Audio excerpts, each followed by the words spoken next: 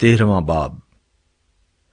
میری آنکھ نے تو یہ سب کچھ دیکھا ہے، میرے کان نے یہ سنا اور سمجھ بھی لیا ہے۔ جو کچھ تم جانتے ہو اسے میں بھی جانتا ہوں، میں تم سے کم نہیں۔ میں تو قادر مطلق سے گفتگو کرنا چاہتا ہوں، میری آرزو ہے کہ خدا کے ساتھ بحث کروں، لیکن تم لوگ تو جھوٹی باتوں کے گھڑنے والے ہو، تم سب کے سب نکمے طبیب ہو۔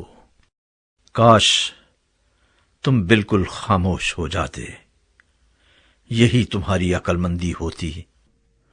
اب میری دلیل سنو اور میرے منہ کے دعوے پر کان لگاؤ۔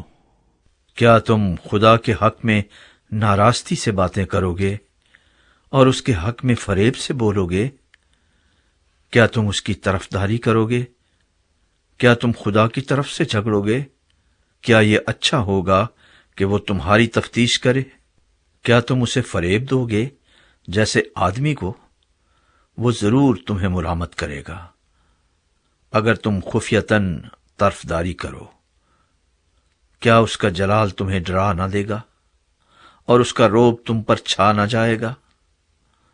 تمہاری معروف باتیں راکھ کی کہاوتیں ہیں، تمہاری فصیلیں مٹی کی فصیلیں ہیں۔ تم چپ رہو، مجھے چھوڑو تاکہ میں بول سکوں، اور پھر مجھ پر جو بیتے سو بیتے۔ میں اپنا ہی گوشت اپنے دانتوں سے کیوں چباؤں اور اپنی جان اپنی ہتھیلی پر کیوں رکھوں؟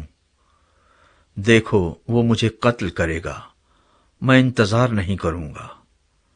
بہرحال میں اپنی راہوں کی تائید اس کے حضور کروں گا، یہ بھی میری نجات کا باعث ہوگا، کیونکہ کوئی بے خدا اس کے سامنے آ نہیں سکتا۔ میری تقریر کو غور سے سنو اور میرا بیان تمہارے کانوں میں پڑے۔